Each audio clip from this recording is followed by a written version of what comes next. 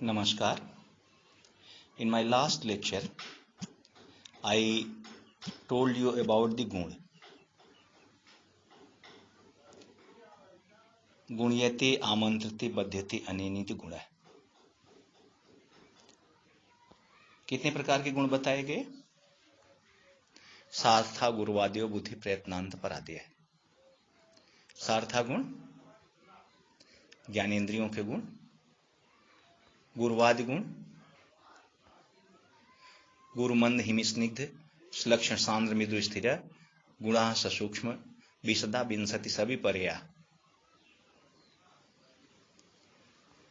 इसके बाद कुछ विशेष बातें गुणों के बारे में.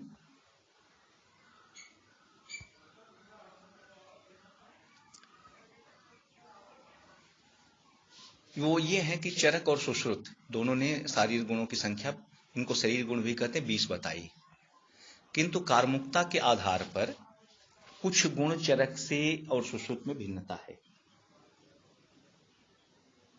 जैसे बेवाई विकासी, सुगंध दुर्गंध, आशुकारी और शुष्क.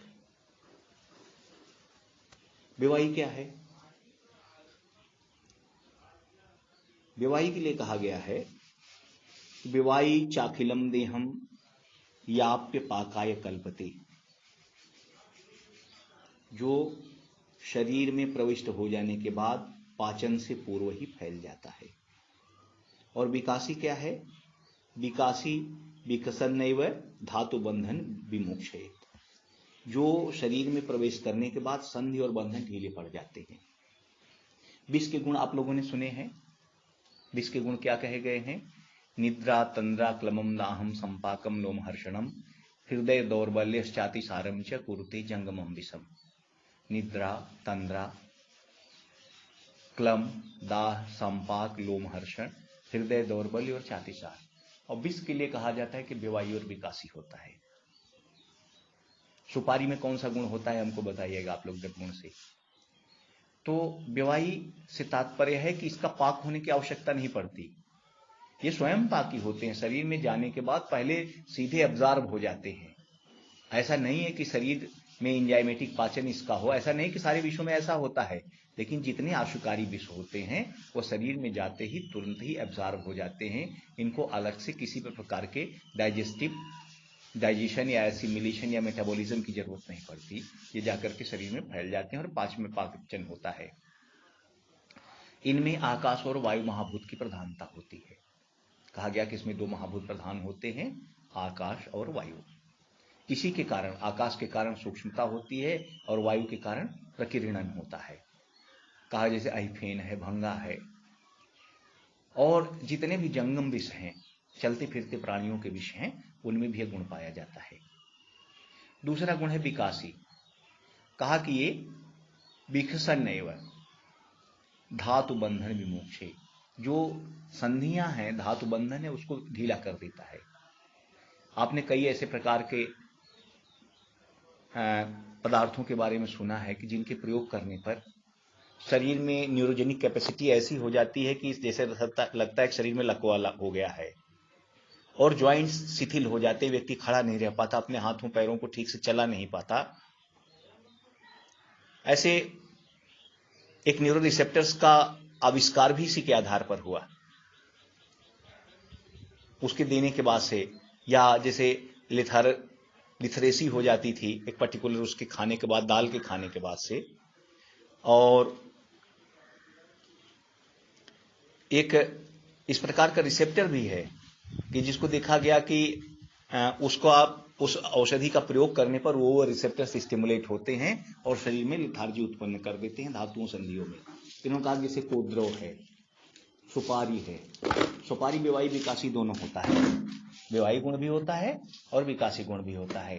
सुपारी खाने के बाद कहते हैं ना, सुपारी का बीज लग गया. आपने कभी ऐसी कंडीशंस देखी हो? खाने के बाद शिथिलता होती है, शरीर में गर्मी उत्पन्न होगी, शिथिलता होती है और संधि बंधन ढीले हो जाते हैं. तो इस प्रकार के जो गुण होते हैं उसको बेवाई और विकासी कहते हैं. सुगंध दुर्गंध. नासा से ग्रहण करने के बाद जिस प्रकार की गंध को सुनने के बाद मन को प्रसन्नता हो, ऐसे को सुगंध कहा जाता है। इसमें वायु महाभूत की प्रधानता होती है। विकासी में भी वायु प्रधान होता है, सुगंध और दुर्गंध में भी वायु प्रधान होता है। और इसमें हृदयास या नासिया या शरीर में इस प्रकार की स्थिति बनती है कि मन को अप्रसन्नता होती है। यद्यपि मेरा यह मानना है कि सुगंध और दुर्गंध ये दोनों स्थितियां ऐसी हैं कि जो व्यक्ति की अपना मन स्थिति के अनुसार होती हैं।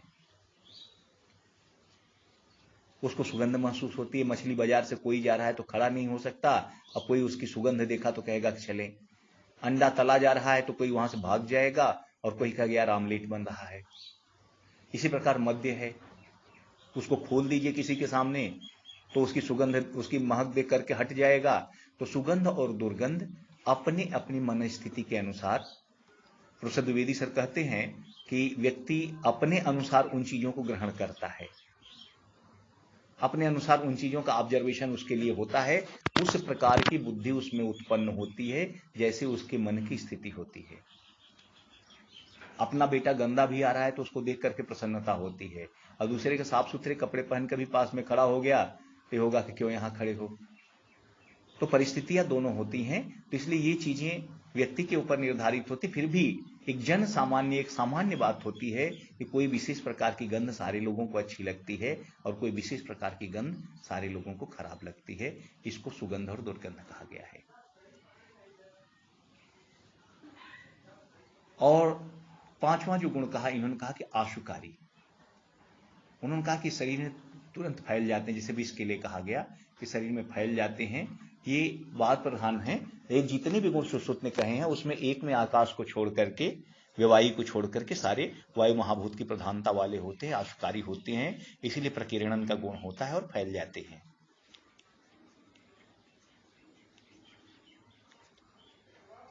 दोनों रिसेप्टर्स आप ध्यान दीजिए कि मैं इसके पहले मैंने व्यवायु विकासी में कहा था, एक मस्करीनिक है और दूसरे का आप नाम हमको बताइएगा,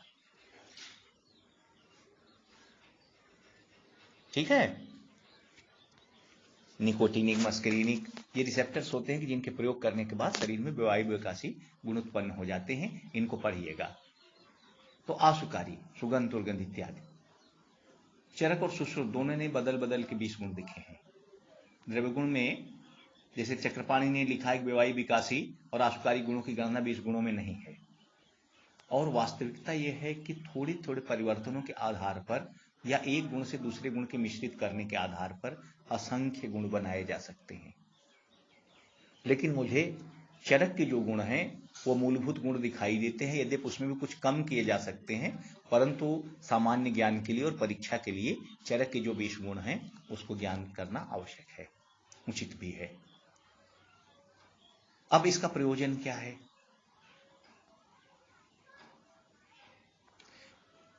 पहला प्रयोजन तो मैंने गुरुवाद गुण जब बताए थे उसी में बता दिया था कि हेमाद्रि ने इनको बताया कि they are physical properties as well as pharmacological properties.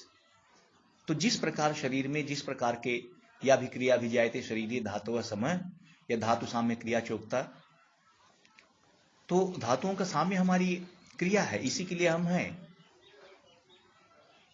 धातु साम्यार्थ ही हमारी प्रवृत्ति है। तो जिस प्रकार के गुणों के प्रयोग से धातु साम्य उत्पन्न होगा उस प्रकार के गुणों के प्रयोग करके हम धातु साम्य को प्राप्त कर सकते हैं। और इसीलिए इन गुणों की उपयोगिता है। एक एक गुण की अलग अलग उपयोगिता उसके फार्माकोलॉजिकल प्रॉपर्टीज और उसकी फिजिकल प्रॉपर्टीज के अनुसार होती है। आज जो हमारा मूल विषय है वो आपको आध्यात्मिक गुण बताने की है। ये बुद्ध्यादि, सार्था, गुरुवाद्यो, बुद्धि, प्रयत्नांत। तो बुद्ध्यादि गुण क्या है, आध्यात्मिक गुण क्या है? पंचमहाभूत आकाश, वायु, अग्नि, पृथ्वी इसका पुरुष है और इन्हीं के गुणों को आध्यात्मिक गुण कहा गया है।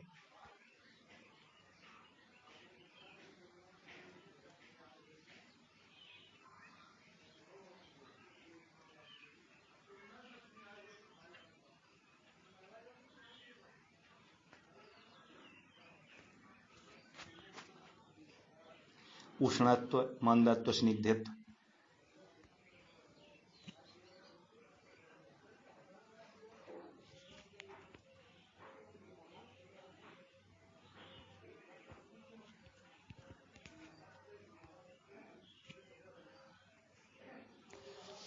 इसके बाद सार्था गुरुवादेव बुद्धि प्रयत्नांत परादय। परादि गुण कौन कौन से हैं?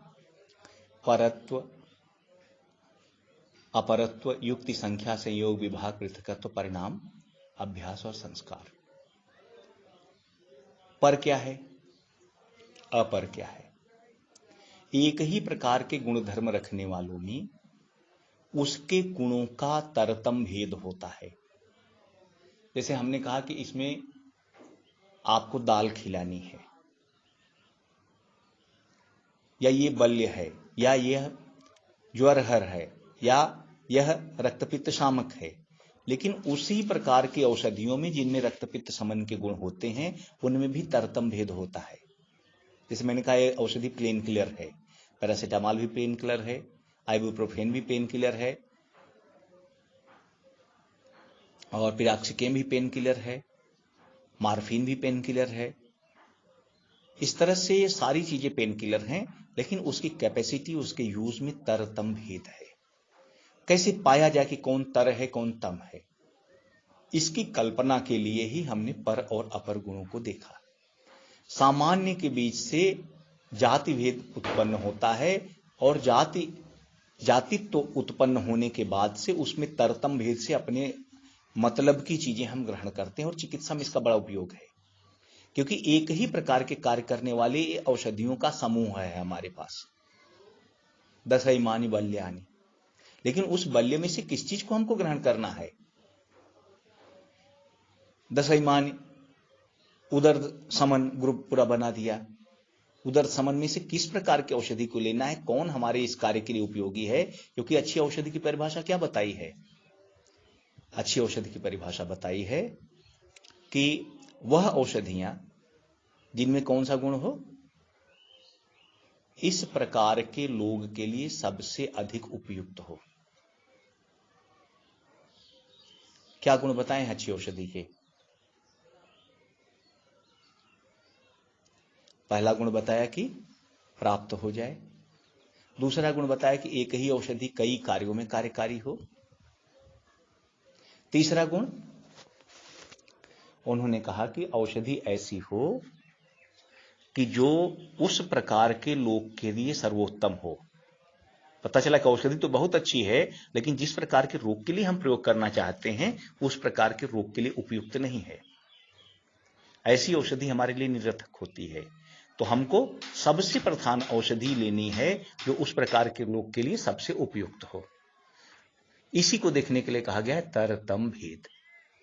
तो सबसे पहले कहा गया पर, हमको दाल देनी है, किसी व्यक्ति को, किसी रोगी को यूज देना है। उसमें कैसा चाहिए? कहा कि इसमें लघु संतर्पण गुण हो।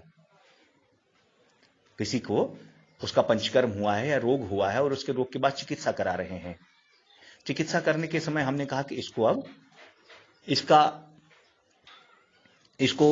पोषण देना है, लेकिन इसकी अग्नि मंद हो चुकी है। तो मंद अग्नि में हमको कैसी औषधि देनी है? कहा कि जो लघु हो और संतर्पण हो, जो सुपाच्य हो लेकिन शरीर में देने के बाद उसको बल प्रदान करे, संतर्पण हो, उसके शरीर का पोषण करे। ऐसी स्थिति में कौन सी औषधि खोजेंगे? हमने कहा कि इसको यूस दीजिए, या इसको यवागु दीजिए, या इसको पेया दीजिए। अब यवागु या पेया देने के लिए आपके पास किस प्रकार के पदार्थ हैं? यूस देना है तो किस प्रकार की दाल का लें, मांस का लें, मांस लें तो किस प्रकार का मांस लें। तो एक ही प्रकार के समूह के भीतर उसकी तरतम भेद की आवश्यकता होती है। आपके पास मांस ग्रुप एक है, मांस का एक समूह है, मांस वर्ग है, लेकिन उसमें एंड का देना है कि हिरण का देना है कि कपिंजल का देना है कि कबूतर का देना है, किस प्रकार का मांस रस देना है। और अगर कबूतर ही है तो किस प्रकार के कबूतर का देना है, हिरण है तो किस प्रकार के हिरण का देना है। कोई भी औषधि अगर हम चुनते हैं तो हमारे पास ढेर सारे फ्लूइड्स पड़े हैं, किस कंडीशन में कौन सा फ्लूइड देना है। तो एक ही प्रकार के गुणवत्ता रखने वाले पदार्थों के बीच में से सर्वोत्तम की पहचान तरतम भेद से होती है। और इसी भेद को स्पष्ट करने के लिए एक ही पदार्थ के एक ही समान गुण रखने वाले पदार्थों के बीच में सर्वोत्तम की पहचान परत्व अपरत्व गुणों के कारण होती है। जो डेरिवेशन में आपको बताना चाह रहा था कि पर और अपर गुण का क्या तात्पर्य है। पर मीन्स प्रधान, मीन्स इस प्रकार के कार्य करने वालों में कौन सा प्रधान है। चरक संहिता में भी अनेक स्थानों पर लिखा है, जैसे संभाषा बुद्धिवर्धना नाम, बुद्धिवर्धन के लिए अनेक उपाय हैं लेकिन उसमें संभाषा प्रधान है। तद्वित संभाषा बुद्धिवर्धना नाम, स्नानम श्रमहराणाम, मध्यम श्रमहराणाम।